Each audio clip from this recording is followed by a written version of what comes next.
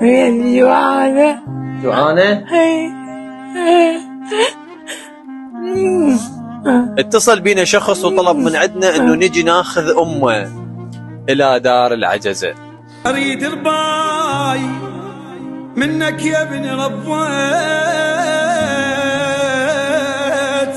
خواتي ما يلزمني. خواتش ما يردنك؟ وابنك؟ ابني اما يلزمني واللي ما عنده بكار. ابني اما يلزمني واللي ما عنده بكار. اريد رباي منك يا ابن ربوت.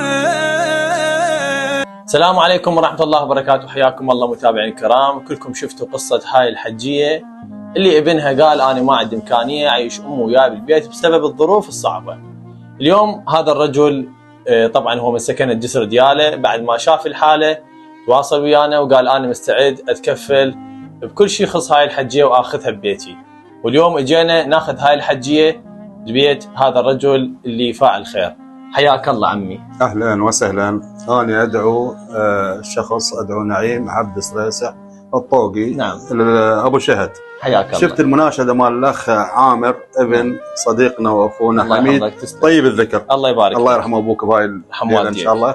شفت المناشده اللي بالنسبه للاخ هنا ابنها بانه ما يقدر حالة المعيشة. أنا طبيت البيت وشفت الظروف ما يقدرها، فإن شاء الله الإنسانية موجودة. أنا أتكفل بالحجية، أعتبرها مثل أمي، الله يبارك، وأقوم بكل واجباتها ومسؤول عليها بالسراء والضراء. وبأي وقت الأخ العفو اسمه أحمد عبد الرحيم بأي وقت يجي يشوف أمه الساعة بالوحدة بالليل، بالثنتين بالليل، بالثلاثة بالليل، وجه الصبح أنا حاضر وخادم إلك ولأمك، الله يبارك، ومسؤول بها أمام الله وأمام المجتمع. اعتبرها مثل امي، وانا رجال هم على قد امكانيتي الخاصه، بس ان شاء الله ما اقصر وياها وانا بخدمتكم. لا ان شاء الله احنا والناس الخيره كل اسبوع على شخص نتبرع لهاي الحجيه، حفاضات من مسواق، لانه الرجل هو همنا خطيه امكانيته مو امكانيه انه يقدر يعيش هاي العوائل ايضا اللي عنده، فاحنا راح نساعد ان شاء الله.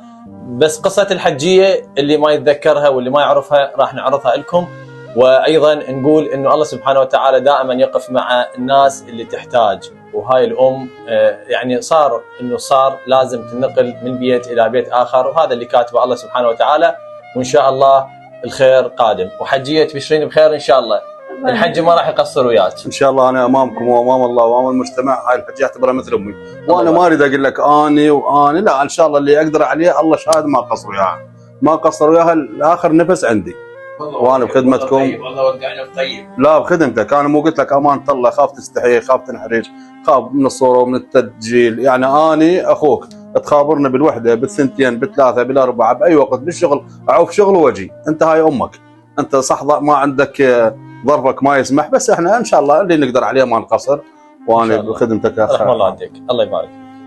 السلام عليكم. سلام. انت ابن الحجيه طبعا، طلبت من عندنا انه ما نطلع صورتك قدام الناس. هاي امك راح ياخذها الحجي. عندك شيء تريد تقوله؟ عندك طلب قبل ما تطلع؟ اي يعني وانا لو عندي امكانيه والله العظيم ان شاء الله ما قصر. قلت لك والله حتى المرأة وحتى مرتي تعبت وبناتي عند بنيه.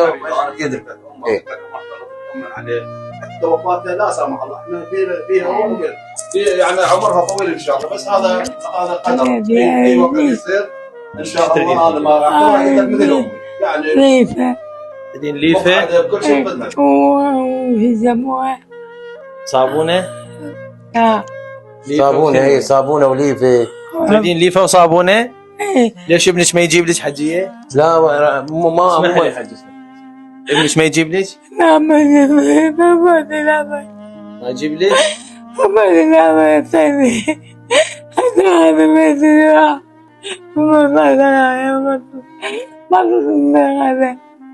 حجيه انت راضيه تروحين بغير بيت؟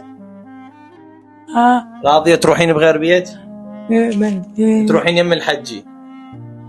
حجيه راح تجيني يم ان شاء الله. انا زوجتي تقوم بخدمتك وبناتي واني بخدمتك حجيه. وياس شلون؟ بالرياض. وياس موجودات. شو تريدين؟ حفاضات، تشبعين، تلبسين، حفاضات، خدمتك سهله حجيه، كل شيء راح يجيبوا لك. اي والله. حجي حتى قدام التصوير الحجي راح ياخذ الحجيه، احنا راح نتعاون وياه بالخير. انت شو وقت ما تريد تشوف والدتك تجي تزورها، اي لا شلون شو وقت ما صارت عندها حاله مرضي او شيء راح تواصل وياك، ترى حجيه هيك وهيك وراح ناخذها فلان مكان حتى يصير عندك علم. اي عافيه تخابرني. سبحانه الله الساعه بالوحده بالثنتين بالليل بالثلاثه باي وقت الفجر بالشغل، حتى اذا بالشغل تخابرني راح اعطيك تليفوني تخابرني ارجع لك. هاي امك امانه الله ورسوله عندي، وما اريد اطيل بالكلام واني لا، هاي مثل امي واحنا بخدمتك. شو تقولين للحجي راح ياخذك؟ حط على راسي. حطينا على راسك؟ سلام راسك شمي، سلام راسك، اي والله. سلام راسك. رحم الله والديك. والله امكانيه مو عندي، انا حتى الدشداشه مو عندي، هاي الباعه مالت المرض. دشداشه اثنين ثلاثه من فكره من عاله يعني ما ادري اوضح التفاصيل. قلت لك رحم الله والديك. اي فهاي الامور خليها عليها. قال لي الحجي حبيبي ابنك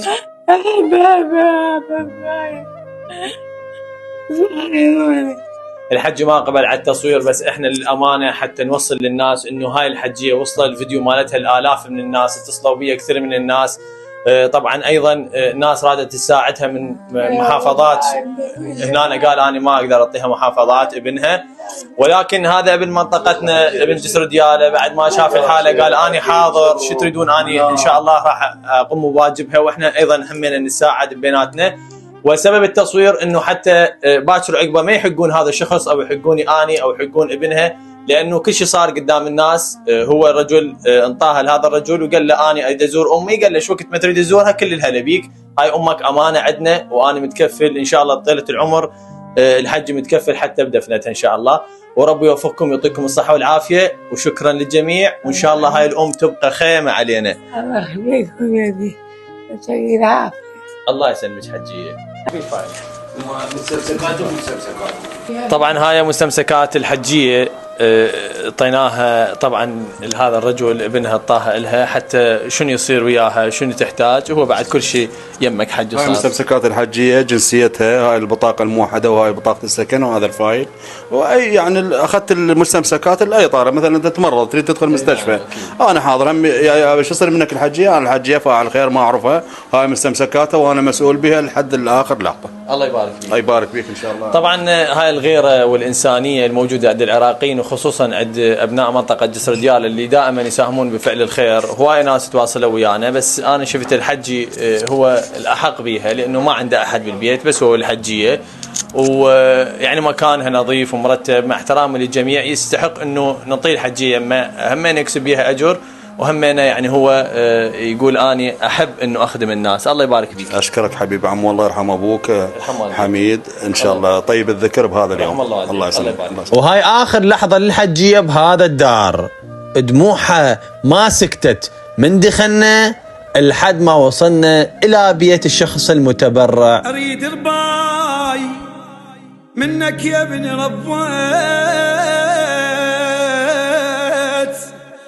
كل الناس جتني وانت ما جيت. اريد رباي منك يا ابن ربيت، كل الناس جتني وانت ما جيت. مثل جناز رد بطرق تابوت، هي كان بعشرتك خالي رديت، هي كان بعشرتك خالي رديت. حرت يا باب ادقها بوجه مسدود، تمنيتك قبالي اليوم موجود. حرت يا باب ادقها بوجه مسدود، تمنيتك قبالي اليوم موجود.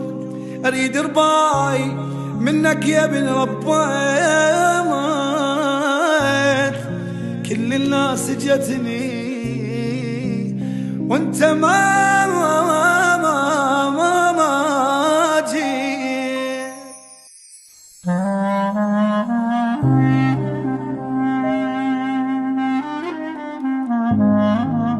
هذا بيتك اعتبريه بيت ابنك، ترتاحين ان شاء الله وتشوفين كل خير.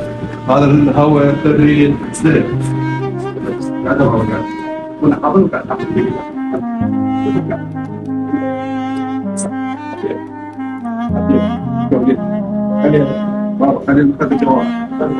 راح نسوي شكل ان شاء الله. هذا بيتك امن ارتاحي.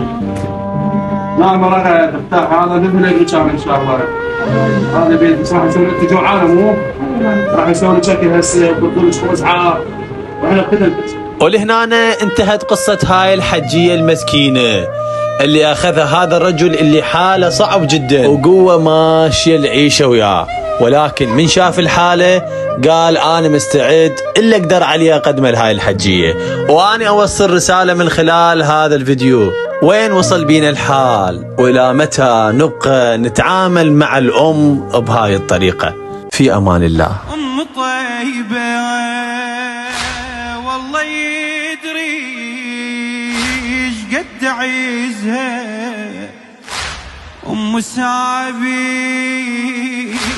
جار عنها شمخ بويز، أم قانوني المحنة والسلامة،